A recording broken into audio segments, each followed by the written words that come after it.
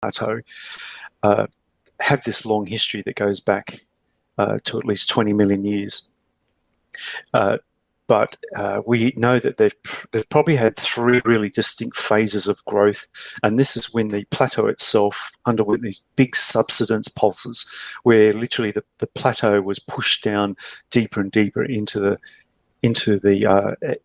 deeper water.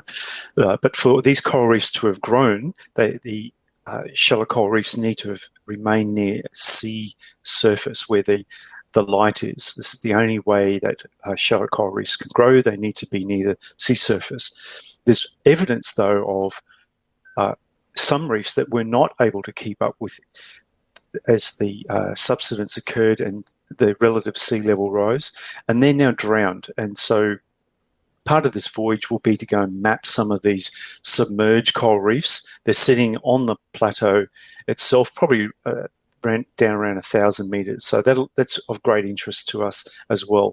So there's remnants of older coral reefs that just never managed to keep pace with any change in sea level rise as these big subsidence pulses occurred.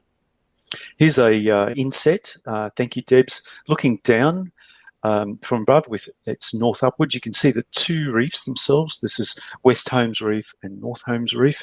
We're at the very northern end of the West Holmes Reef.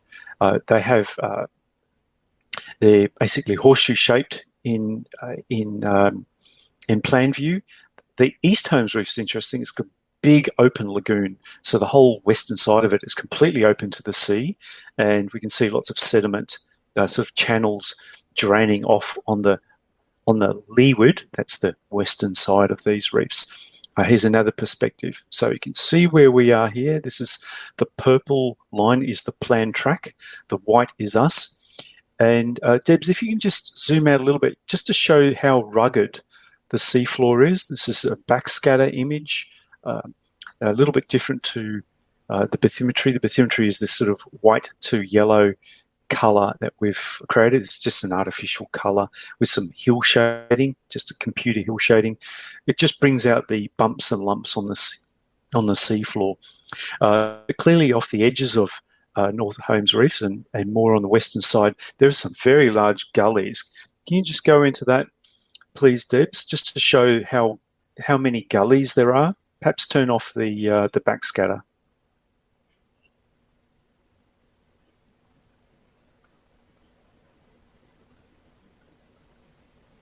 Yeah, thank you very much. So this is just bathymetry alone. So this is a 3D model of the seafloor that's been mapped around Holmes Reef, and you can actually see these big gullies.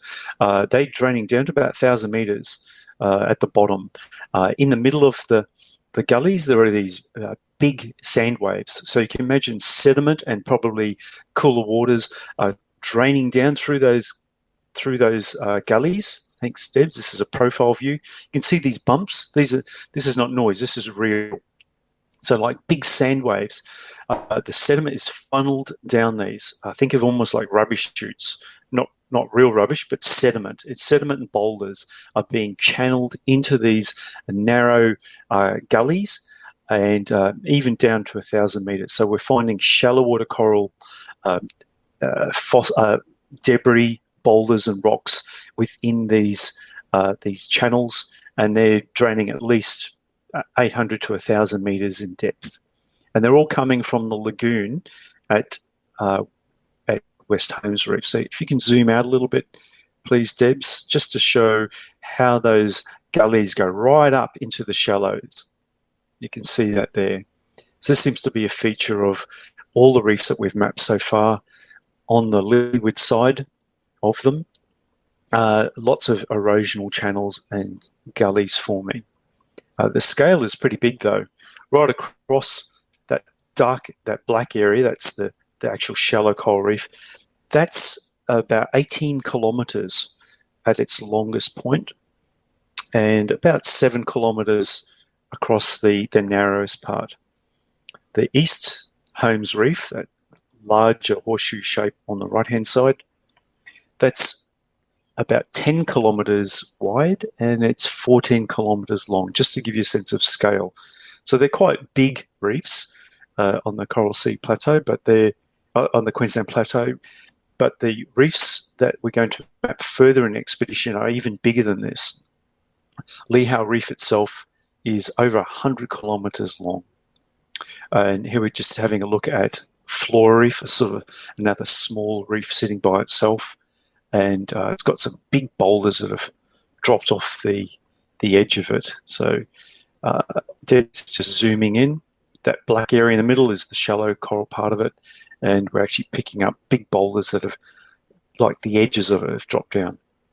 This is Cairns Seamount. You can actually scuba dive here. The top of it is around 40 metres depth.